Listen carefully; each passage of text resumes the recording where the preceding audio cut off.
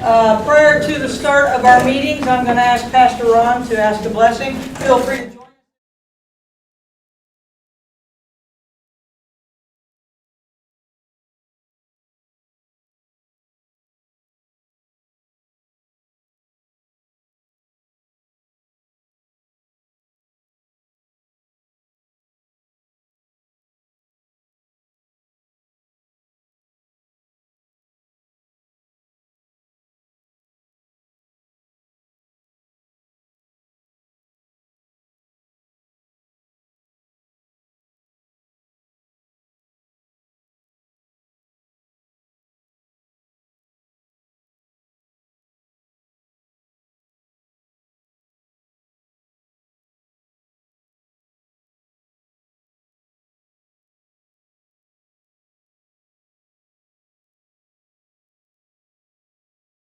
Each other entity, the city and county, respectively, call their meetings to order. When all three have been called to order, we will have the Pledge of Allegiance. So, USB 407 Board of Education, call to order. Okay, the City of Russell, calling the meeting to order. It was requested that we have a special meeting by council members Befford, Garland, and Madden. This is a work study and no action will be taken. I call the county meeting to order. All right, if you'll all stand for the pledge, please. Brett, would you please lead us in the pledge? I pledge allegiance to the flag of the United States of America and to the republic for which it stands, one nation, under God, indivisible, with liberty and justice for all. Thank you once again for taking time out of your schedule to attend tonight's meeting. First item on the agenda is 58061 Public Forum. We do have one person signed up for public forum. Prior to their speaking, I have several bullet points that I need to read. The purpose of public forum is for the Board of Education and tonight for all entities to listen, not to interact. Speakers are to state their personal views or their group's views and are not to direct questions to a Board of Education member or to an administrator. Anyone wishing to speak in the public forum section of the meeting will be required to sign up before the meeting on the sign-up sheet that was available. No one will speak until the board president recognizes him or her. Speakers will state their name. Each speaker will be limited to, tonight we'll go 3 minutes. In order to avoid repeating the same items over and over, you might want to have a spokesman or two designated to represent the views of the community. If the audience does not adhere to the guidelines as stated above, the public hearing will be ended immediately. I have a Jamie Tomlinson signed up.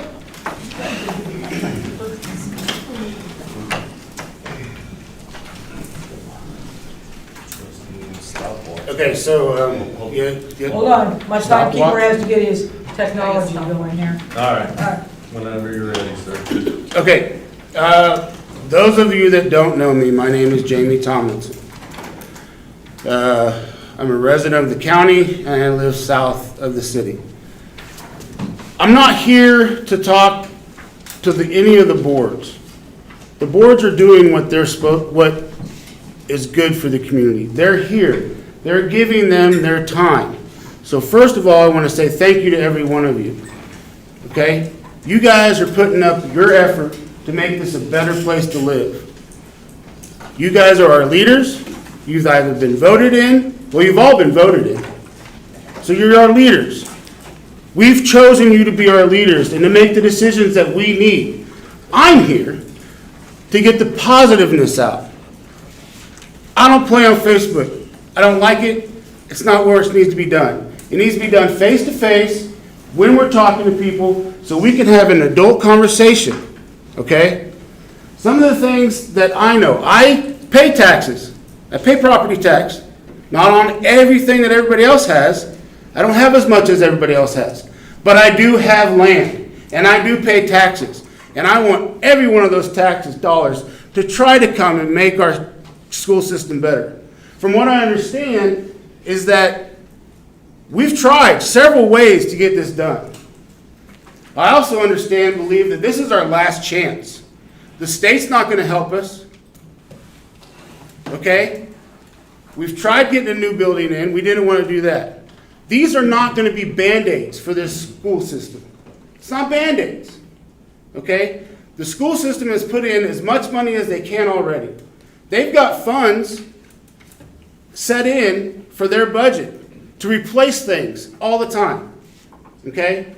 That's what those funds are used for. Capital gains, that's what those are for. A bus breaks down, a bus gets in an accident, an AC breaks down.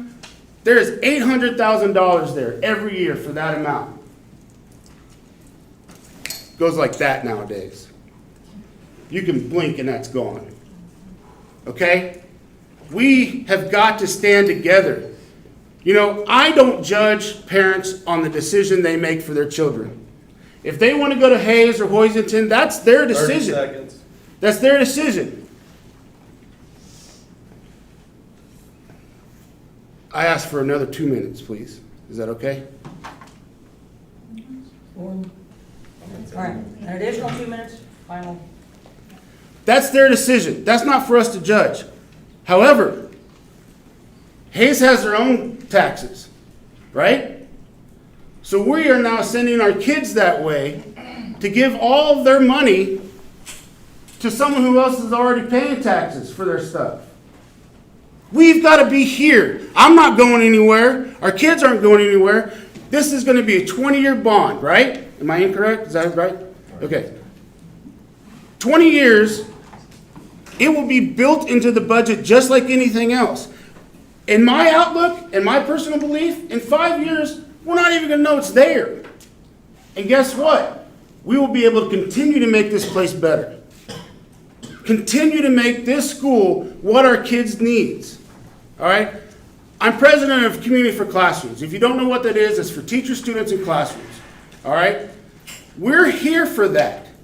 Let's build that, but we've got to have someone to be able to step up for our community to make this place better. We've got to have it, and we can't just keep saying no. It's going to be expensive. However, our kids are going to help pay back what we're putting in. It's not just going to be us.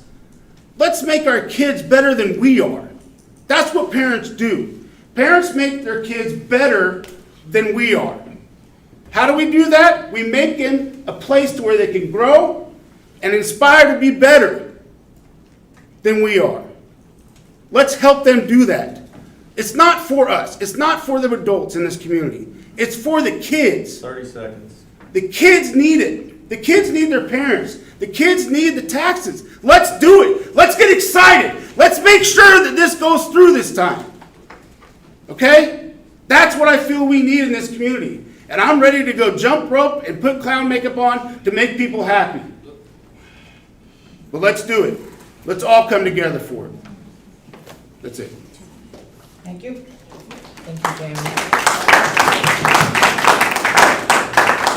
All right, agenda item 58062, discussion with Russell County Commission and Russell City Council.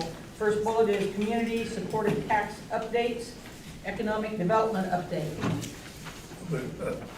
Number one, I'm Duke Strobel. I apologize, I'm a good BSer, but I'm not a good public speaker. I think, and this paper is was up front on the podium there. You guys, if you don't have one now, you can get one later. I'm just gonna kind of highlight some of it. Since 2019, economic development has worked to do $775,000 in low interest loans for businesses in the county. We've done, when I say we, I'm talking about the economic development. I didn't have anything to it. $100,000 for storefront grants, which is to help improve the business frontage. We have a billboard program. It's 2 years free for the businesses that are awarded it. They're currently working with 2 out-of-state businesses to relocate and expand here. And then a partnership, and there's a lot of grants in that go to a lot of different entities that start at economic development. Mike and Kayla worked really hard for the $1.5 million for the street that, for the new housing division down there. And that looks like it's going well. We'll start getting tax revenue off of that. And then I believe there's future planning for additional houses in that same area, which is gonna benefit all of us. And they're working with Child Care for Startups, loans and grants and training, and working with the Child Care Coalition. They just got another grant, I think it was $67,000 for the county, and I think and part of that, the $20,000 goes to the city. They're hosting youth entrepreneurs challenges. Let's see.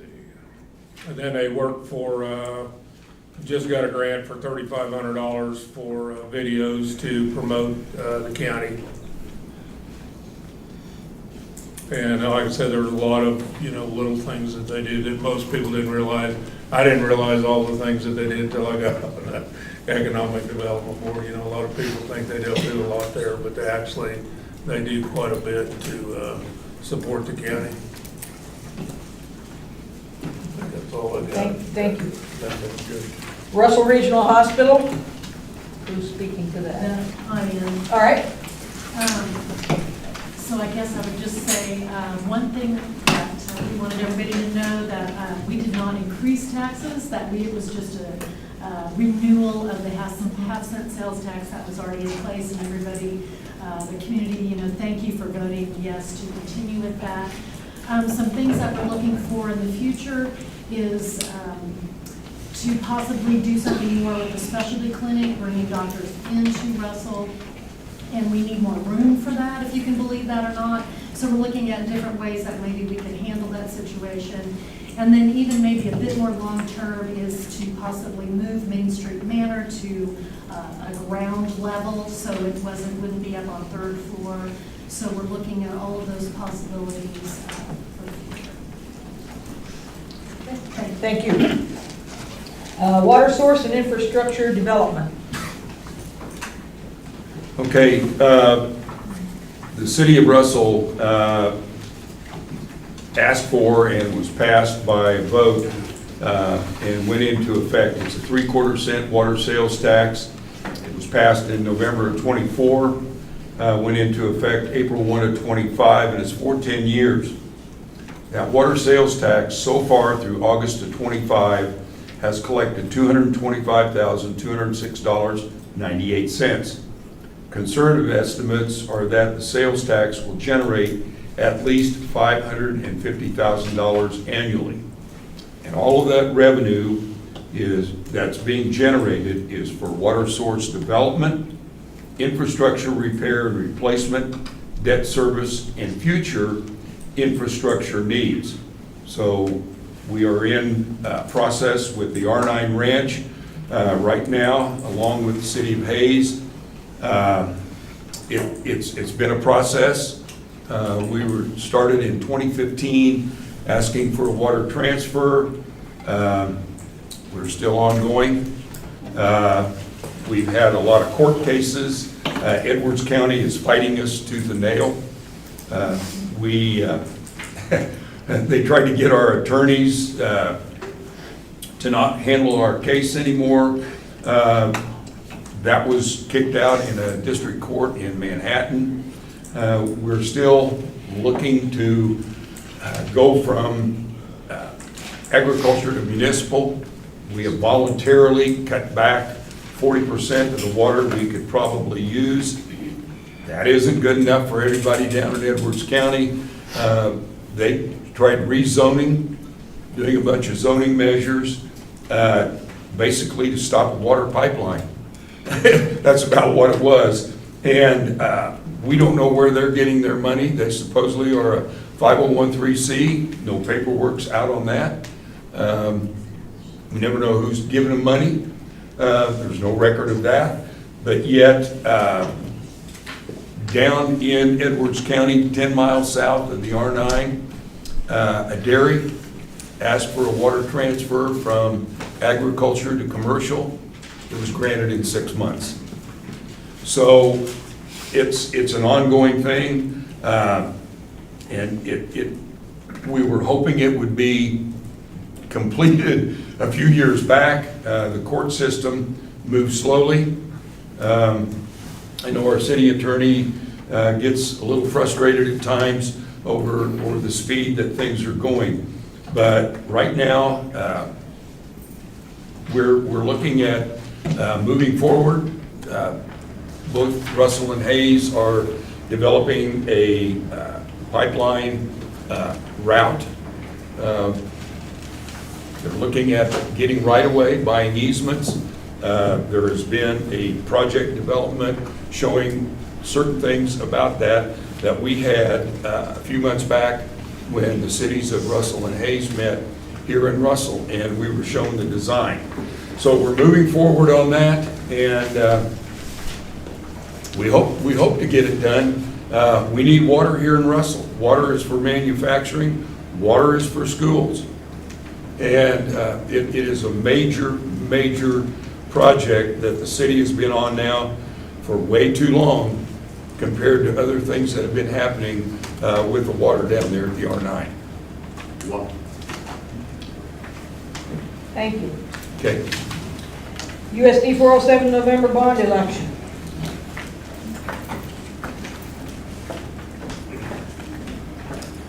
I think most everybody knows me. I'm Mandy Trout, and about a year and a half ago, Jordan and I took over as co-chairs for the steering committee for the USD 407. And I've never been so excited for an election in my entire life. So November 4th is right around the corner, so let's get there and get going. But it's a lot harder to get actual information out as it is to get false information. So there's quite a bit of stuff that's been going around, so I want to kind of clarify some of the things that we keep hearing. Well, one of them is that we did not do any research. Well, we spent 2 good years doing research. Some people thought that we did way too much research. And we brought in numerous people to talk about all the different intricacies that we were going to have to look at. Property taxes, sales tax, you name it. We went around and we talked to a lot of the community members, especially the people that own businesses, to see what that was going to look like on their end of it.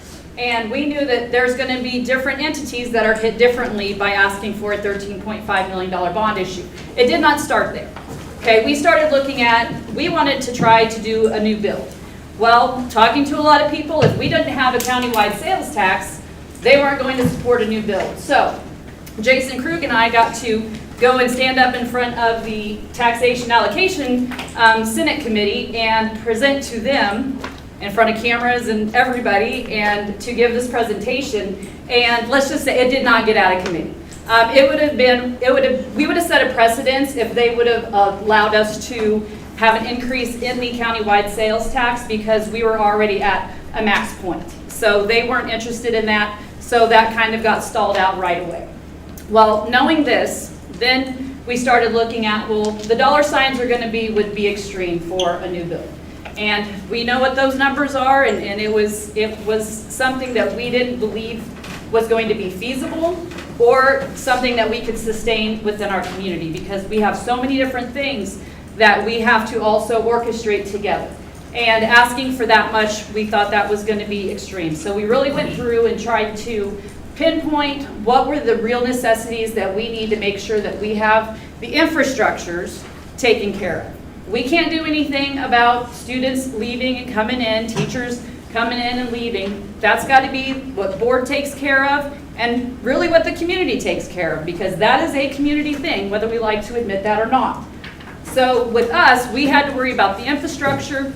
So we went through each one of the buildings and said, what is it that we need to have to make sure that the students are safe, and to make sure that the faculty is safe, and to make sure that we have people that can come into the school and be comfortable when they are there for events. I do have a son that's at the junior senior high, and I ask him on a regular basis if he's comfortable in class, if he can hear in class, and he has to take his hoodie every day to school so that he can wear that even when it was hot outside. So that's a 7th grader, and usually they're pretty hot-blooded anyway. So he does take his hoodie, and so far from what I understand from all the other students, it's been very comfortable. And I understand exactly what that's like because I taught in those classrooms with 0 air conditioning for 24 years. So I know how hot it can get. And I would have loved to have had just a window air conditioner, but now they do have them in every place that the students are attending, which is nice. So for November 4th, we are asking for $13.5 million bond. That is on the ballot. And we have had discussions that what we have put down on that piece of paper for what it is going to cover, that is what it needs to be used for. We have to regain the community's trust to say, this is what we're going to do and this is how it's going to go for this bond issue. Because that's something that we need to make sure and establish so that we can take that off and be able, hopefully down the road, be able to start establishing more of those things along the line. So that's the update for it. It's right around the corner, next Tuesday, thank goodness, and we'll see how it goes. Wow. Thank you. All right, next bullet, partnerships and community improvements, JAG-K internships and workforce development, Okay, I guess it's me. or JAG-K specials. So, they asked me to come here and kind of talk to you guys about the internship program that we have. This actually started out my first year here at Russell as the JAG-K specialist. And it was actually a student that came to me and said, Ms. T, I have the best experience. I want to bring this program to more students and let them experience this internship process as well. And I looked at her and I really didn't know what she was, I was like, all right, what are you gonna do about it? Which if you ask a lot of my students, that's what I say a lot.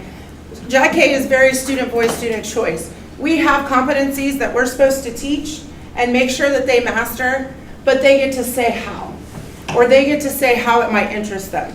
And so I looked at her and I said, what are you gonna do about it? And she said, well, we need to do this and this and this. And I'll tell you what, you guys, that first year, she did it, and I learned. And she did a fantastic job, and the first year, I can't speak from before before I was here. I know the year that she went through, the first time there were 2 interns. That next year, we ended up having 6 go through within the community. And what they do, we partner with EcoDevo, as well as an organization called Ogallala Commons. And it's really interesting because the Ogallala Commons, the organization runs along the aquifer, and they're a not-for-profit organization, and they do 2 things for rural communities. The first thing that they do is they make sure that rural communities can sustain their food chain, and that they're able to, whether that's planting gardens, whatever that is. The second thing is youth development, because without youth development and getting the moment and the ability to be able to see what opportunities lie within their community, they have no idea.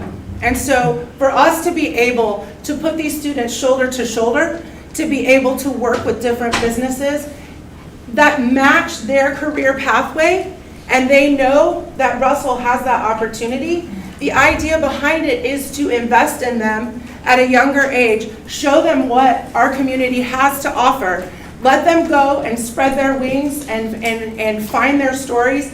And then ideally, what we want them to do is to return to Russell and plant their roots and raise their children. And then the process continues. And what that does is that helps us allow Russell to continue to grow and thrive based on our youth. So the first year, they had 2. The next year, we have 6.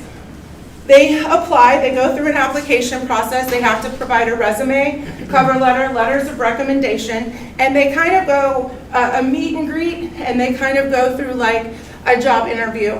We get together once we have partnered them with a business partner, and we talk about what is it that the student wants to get out of it, and what is it that the business wants to get out of it. And we build a job description based on that. And the students have a project that they work with that business to accomplish. That can range anywhere from a lunch and learn situation where they do research and they have hands-on. It can go, I've had students who have created pamphlets that have handed them out and talked about what they've learned at the county fair. I've had students who have created an entire community program. One of my students worked with Jordan to create and brought it to the JAG class, and they created something for our elderly community. So it's a huge range of things that the students can do. They do a 100-hour internship, paid internship through Ogallala Commons, and then they also have to do 10 hours of community service. They do 3 blogs. So one blog is kind of an introduction. The second blog, the first year, it was based solely on the community service. This last year, they've transitioned it to the 12 Commonwealth assets, which incidentally really partner well with 13 Ways.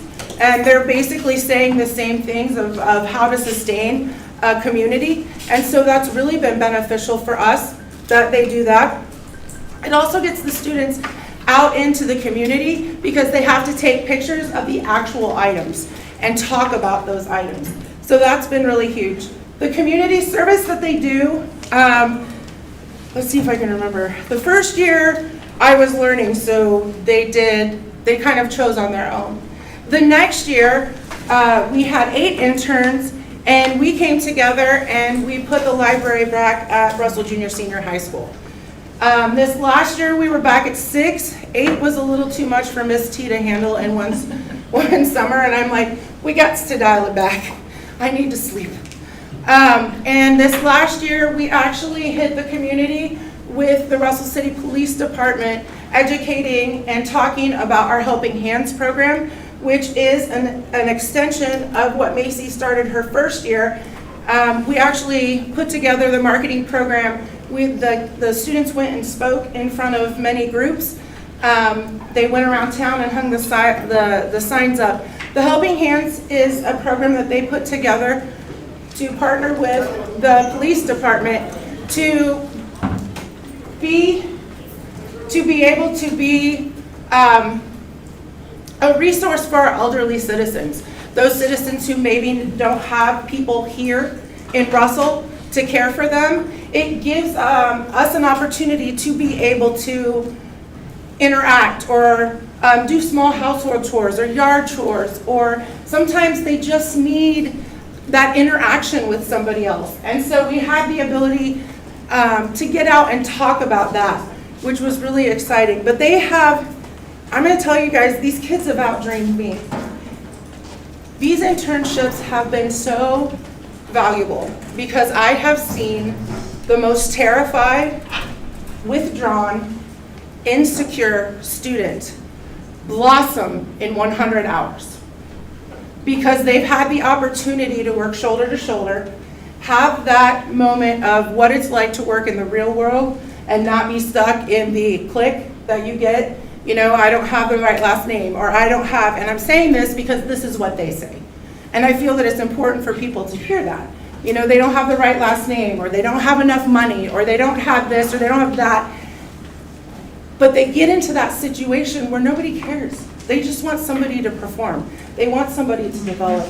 And these kids have gone on to create, I've had a student who has created the youth council member that sits with the city council, works shoulder to shoulder with the city manager to bring the youth voice to the leaders who lay the rules and make the decisions so that the youth has a voice. So these internships are so valuable. And we always need more business partners. We have students who have big dreams and they just need, and it doesn't necessarily have to be in their field, their career pathway, because the types of skill set that these students can learn just by being in a professional environment is a game changer for a lot of them. So there are so many people in this room and in this community that I need to to thank because we've been able to put through about 22 students through this internship program. And we couldn't have done it without. And oh my goodness, I might cry.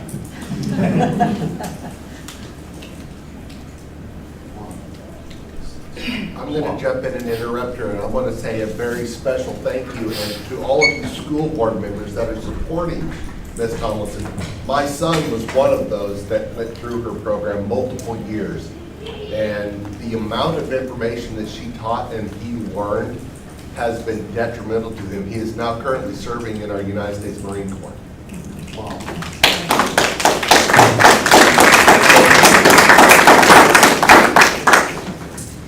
Without the support of the people inside this building, of the people inside this district, and of the people inside this community, we could not do what we do in Jack K.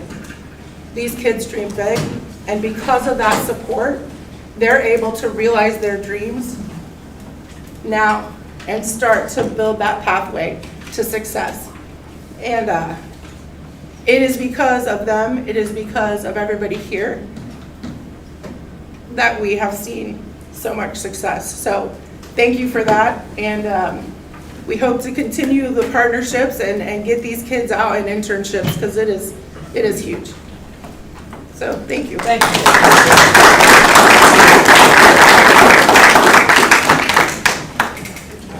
Thank you very much. USD 407 welding program.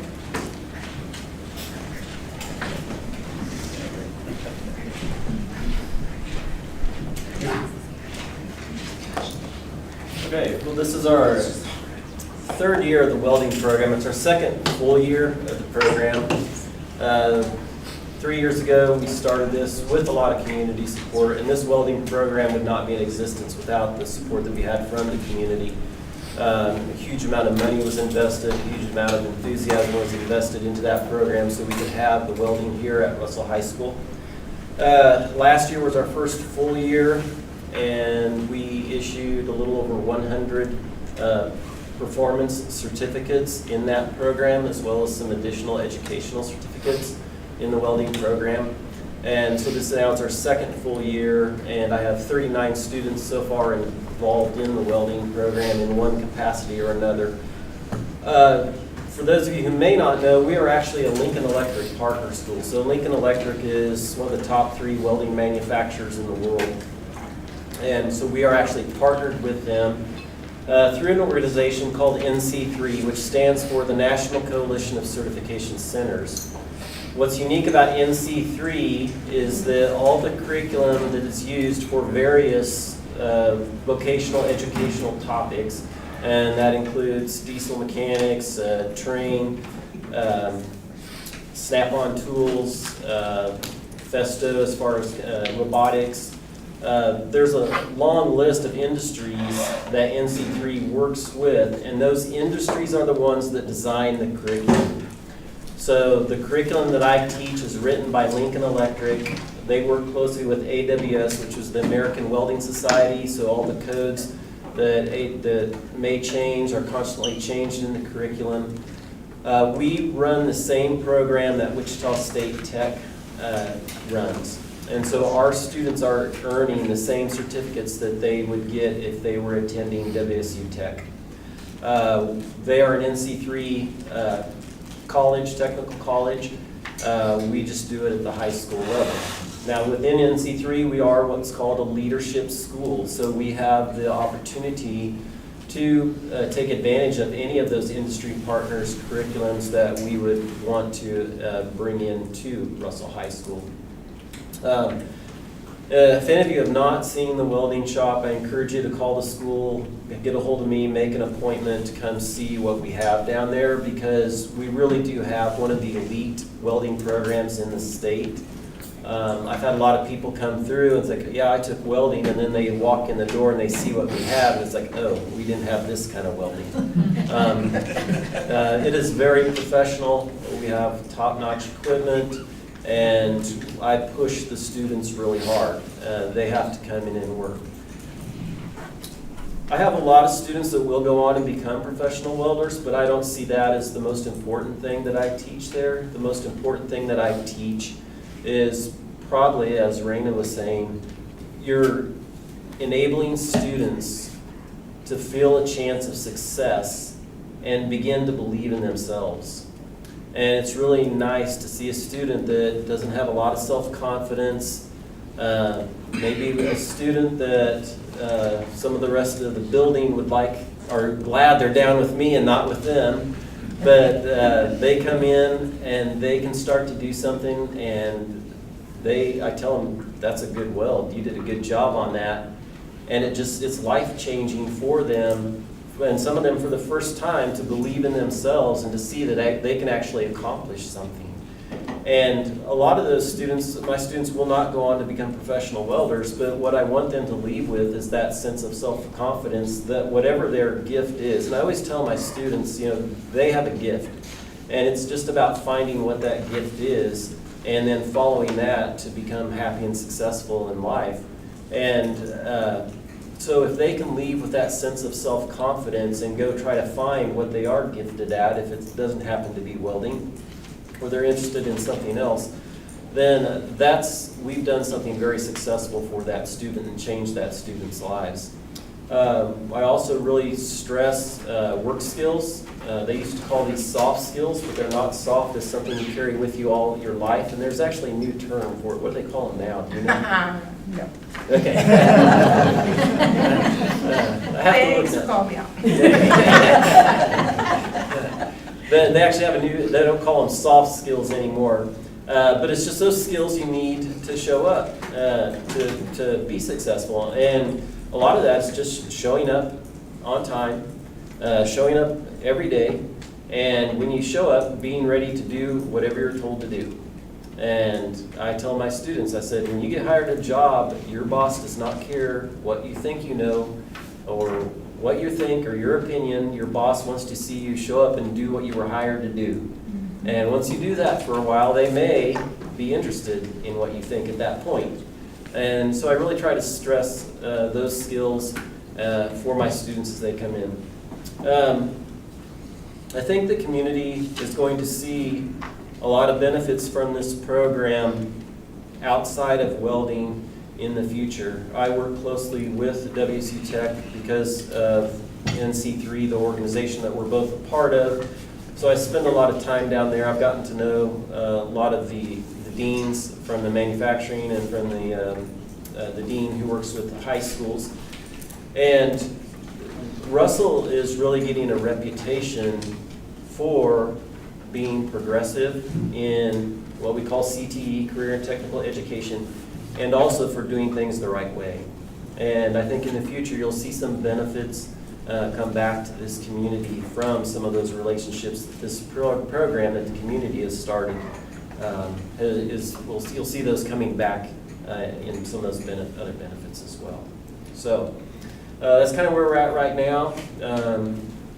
We're continuing to expand and just add new things that we can teach the welding students and incorporate those in. But thank you. Thank you.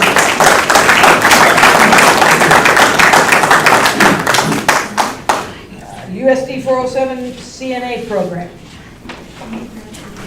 Okay, so I'll give a quick update on the CNA program. Our instructor was unable to be here. Dr. Depulwolf, if I say anything wrong, you just jump right in and correct me. This school year, we have 17 students enrolled in the CNA program. One of the things the high school is working towards is the possibility of expanding the programs. One of the things that they're looking into is also phlebotomy. We have kids who are very proud of their work. I love seeing our kids come back into the building in scrubs. They appreciate the relationships with the community, Russell Regional Hospital. And it's just really cool to watch that program as well as the other two that just spoke grow. And again, none of these programs would have been made possible without the community support. We had many donations. So kudos to everyone in this room. Thanks for making it a priority, and our kids are benefiting and our workforce will too. Thank you. And the final bullet under that topic, Russell Regional Hospital. Nothing else to add? Okay, we'll move on then to grant-funded opportunities, the Main Street project.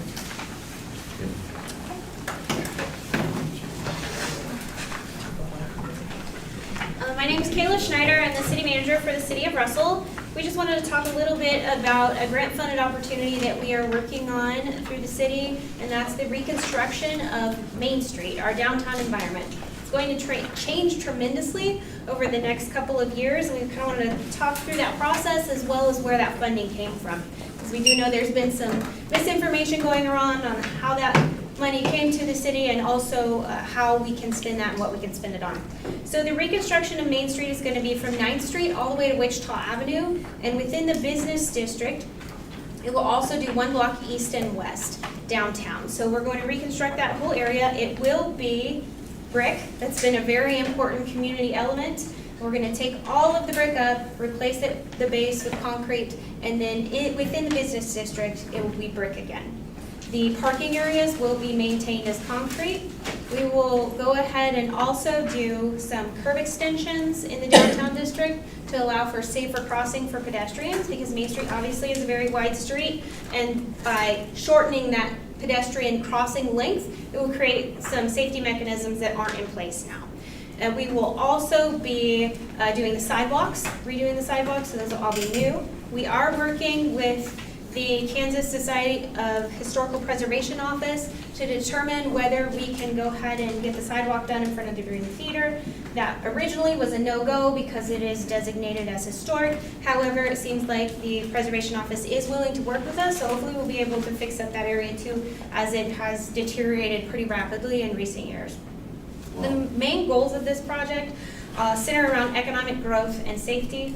We are hoping that we are able to keep up with all the activity going on downtown, with the turn in businesses that we're seeing and the investment that many business owners are making in our downtown community. This new environment will really freshen up Main Street and hopefully continue that economic spur and growth into the future. This project is being funded by way of congressionally directed spending that was allocated in the 2023 federal budget. It was sponsored by Senator Moran. We tried for several years and several grant opportunities to achieve this. We tried, it was called the Tiger Grant, the Bill Grant, the Raise Grant. They changed the name every year. But basically, we kept trying over and over again to address some of our infrastructure that was deteriorating. And Senator Moran's office contacted us and said, you know, we really want to help and advocate for this project, and through his help and effort, we were able to get this congressionally directed spending of $13.5 million to reconstruct Main Street. The project will be done in the design phase in this spring. Spring of 26 is when it's planned to be completed design-wise, then we'll go out for bid. The construction is estimated to start in the fall of 26 and will last about 2 years, worst case scenario. We're going to do this in phases. I highly encourage you to check out our website. We have a really great link on there that will take you to various scenarios of the project, the phases of the project, a breakdown of all the information, and then once we get started, we will use that as a communication tool to communicate with our community members how to access the businesses that may be inaccessible by the regular means, and we may have to provide a different method of access for them. We are proposing a few alternates with this too. Obviously, the alleys downtown are in pretty bad disarray, so we're hoping to save a little money on the south side of Main Street. Our goal is to only replace brick within the downtown environment, but then 3rd Street to Wichita, we want to go back with only concrete. And that amount of savings we can capture by not replacing brick on top, we're hoping to reallocate to the alleys to reconstruct those and really improve that entire area. So we're looking at some alternates there based on what the bids come back at and what we can afford with that project. We're also looking at ways to address underground infrastructure at the same time, because obviously we don't want to tear up a street, put it back, and then go back later and replace water lines. So we're gonna try to be most efficient in that method, and we're working with funding in our water reserve fund to address some of the water utility needs in that area as well. And the electric is being addressed through the electric distribution rebuild project that is also ongoing within the city, within the entire city's proper. So we're gonna see a lot of changes happening downtown. We're really excited to see it get started. It will be, we are kind of coining the phrase, a temporary inconvenience. We know that it's gonna be a lot to put up with construction, but the end goal, I think, is definitely gonna be worth it for our community, and we're excited to see what this does for the future of our downtown environment. As you know, the downtown's your heart of your community, and if we can definitely tap into all of this local investment that's happening right now with our business owners, spruce up our downtown environment, it's gonna mean a lot for our community. Kayla? Yes, sir? One of the things that we are looking at down there, when she was talking about safety for the pedestrians, the traffic signals that we have are old and antiquated, and basically you can't get parts for them anymore. So when they go down, they're pretty much down anymore. With the bump outs and everything else, there's going to be some people in the community who are really going to be happy. We are looking at four-way stop. Right now, to redo the traffic signals at each of the intersection at 8, 7, and 6 is about $250,000 per intersection. So if we go to four-way stop, we can save on the project approximately $750,000 that we can allocate also back into the alley reconstruction and some of the other things downtown. So if the community and the citizens,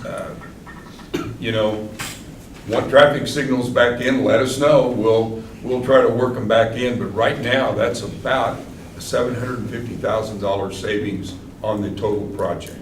Mr. Mayor, if I may add, the traffic signals, if they were to be replaced, would not be like the traffic signals that exist now. Those are no longer compliant to standard, so they would be the overhanging traffic signals that you see, similar to the ones at 40 and Main Street, or 281 and Wichita Avenue. We could no longer go back with the pedestal type, so the look and feel of Main Street would not be the same either. If you stand on one end of Main Street and look down, the aesthetic view of the downtown environment with the overhanging stoplights would be very different than it is now as well. Are we going to continue with the markers in the middle of the street? Yes. For the school? Good. Yes. Yes. Thanks, I wanted that to continue. And we are looking at other opportunities to address school crossing and school zones within our community. We actually have a meeting planned with KDOT later this week to discuss some of those options. We're also exploring an entire survey of the community through the Safe Streets for All grant that we received to do a study of our community to address safety needs that will review school zones, school areas, walkability within the community, basically give us a document that we can then utilize for some grant chasing to say this is a third party that came in and said this is a need of our community, and help us kind of find some capital funding for some of those projects. I really would love to have some there straight east of the central office, the old junior high there. By Julie House's house, that one, but isn't that a state or is that a federal? A state, we tried that. Yeah, so We maybe tried that when you 'cause talk we to were worried about KDOT, we kids. could do that, or Yes. even one on 40 there by Casey's or whatever, that is a horrible. There has been question about the school zone on 281, whether it's warranted or not, and that is something that I'll be reaching out to school officials for in the future. Our perspective is, obviously, that's a main crossing through the community. Bicker Dyke's just 2 blocks west of Rupenville, or the central office.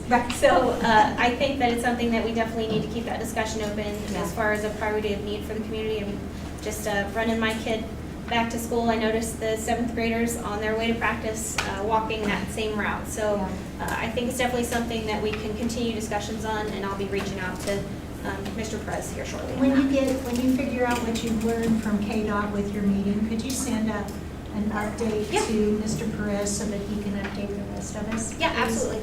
Thank Will you. do. You know, Raylene, the 3rd Street and 4th Street, those pedestrian crossing signs in the middle, you and I were about an hour apart when we walked into Kayla's office, because I saw it and I thought, oh my goodness, these kids can't even get across 4th Street.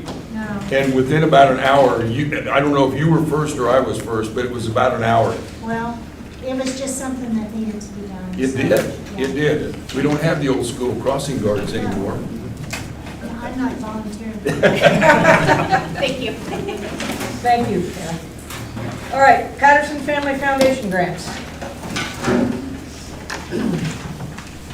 I'm going to stand back here if that's all right with everyone. I think everyone can still see me. Jamie was speaking earlier during public forum, and he mentioned that the school district has $800,000 a year. That's roughly what we bring in every year for capital outlay. We get about $640-ish thousand, and we get some additional state aid. That $800,000 goes towards your buildings, your wear and tear, your deferred maintenance, when you have a boiler go down, vehicles, your jerseys for sports programs. So there are a lot of different parts of the budget that encompasses, so that money doesn't go a long way. So one of the things we're continuously doing is looking for grant opportunities to supplement some of those expenditures. So over the last couple of years, we've received some very generous grants. We're always pursuing grants. I always see on Facebook they need to fund a new school with grants. If we could, we would try. We look anywhere and everywhere, and what I would tell you as a community member, if you're aware of grants that we are not, please send them our way, because we will apply for anything and everything. I know I will make it a priority, and I know that my office will as well. So if you're aware of grants, please send them to us. We apply for anything and everything. We try our best to be fiscally responsible and also to lighten our load, because we know if we can find grant opportunities, that's also more that we can do for our facilities and everything else within our programs and structures. So this school year, we wrote another Patterson Family Foundation grant. We received $104,000. Dr. Dippywolf kind of got the cool job, I would say, with this. He got to sit with his different teachers and say, what equipment would you like that would truly enhance your program? So essentially what we did is we went to the ag teacher, we went to our different CTE teachers, Kevin, and said, what equipment do you need? What's going to benefit your program? And we wrote this grant, knowing that eventually it was going to come out of our funds. So if we got free money, we could purchase it now. So that's what that money's being utilized for. As you leave, if you want to sneak a peek in the CNA classroom, you see some old creepy mannequins. I know I've walked in there a few times, and they are, yeah, they're kind of frightening. Those are going to be replaced. So those are things that we're doing for our students so that they have a better education here in Russell Junior Senior High School. I don't want to move forward to the next topic, which is teacher preparation, because I think it's worthwhile noting that when we started the welding shop, we also received $150,000 through the Patterson Family Foundation, as well as $75,000 through Dane Hansen. So when you add those two together, we were able to secure $225,000 in addition to community-supported donations to make that project come to fruition. So again, we're looking for money. It's also supplemented with community members, and it's everyone working together to make these dreams happen for our students. One thing Kevin didn't mention earlier, but I didn't want to butt in, it's a testament to what he's doing, the programming here at Russell Junior Senior High School. Last year, the first year of implementation of the welding program, over 10% of that graduating class went into the welding field post-secondary. So just really cool and phenomenal stuff happening in the district. Now we'll move forward. Teacher preparation. We wrote another Patterson Family Foundation grant. We were awarded $90,000. What that $90,000 allows us to do, any person who works in this district that is not licensed and wants to become a licensed teacher, we can pay for all of their tuition. To date, we've spent over $30,000 putting people through college so that they can chase their dreams and better their lives. More importantly, benefit our students. Recently, we also received an ADOPT grant. This was from the Department of Commerce. We received nearly $720,000, $7,500 from RCACF. They were our community supporter. And what that money allows us to do is we are going to purchase 391 MacBooks for our 712 students and staff, and 577 iPads for our students in the elementaries. What we've heard is that the iPads aren't the greatest or most conducive for our older students. The MacBooks are what they are going to use when they get to college. So let's get them prepared before they get to college so that they know how to utilize those tools. But more importantly, that's $720,000 that we don't have to budget for, that would come out of capital outlay over the next 5 years. We can do this all at once, and we can reallocate those funds to different projects. But you can see over the course of 5 years, 6 years, what our replacement cost would be just for devices for our students, and that is 1 year of capital outlay by itself. And one thing that's not listed, I'm going to add an item, if that's okay. Or do I have another one on there? Nope. I'm going to add one more. We've applied, like I said, for many grants. Many of them are noteworthy. We just didn't feel like we wanted to spend all your time talking about them. In the last couple of years, we also received a COPS grant worth nearly $350,000. What that COPS grant allowed us to do is we were able to replace all the intercoms throughout the district, which is a safety feature. They also second as sound systems in classrooms. I walk into classrooms and teachers are using them to enhance sound in their classrooms. They have call buttons if you needed to go on a lockdown. So again, we just continue to look for those funding mechanisms, other opportunities to lighten our load. And again, if you're in the community and you see grants that you think we can take advantage of, please send them our way. We'll take advantage of them, I promise you. Wow.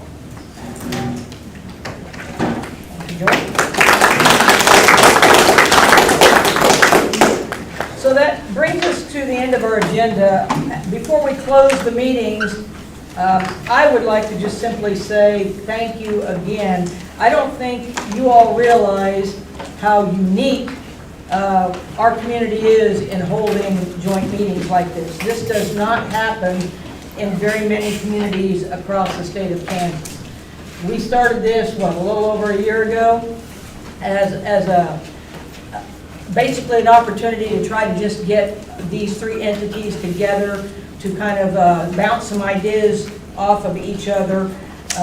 Looking at what we've covered tonight on this agenda, I think it is phenomenal what our community is doing as far as bringing in grant money, as far as fighting the water issue as long and as hard as we have, because we know it's so important.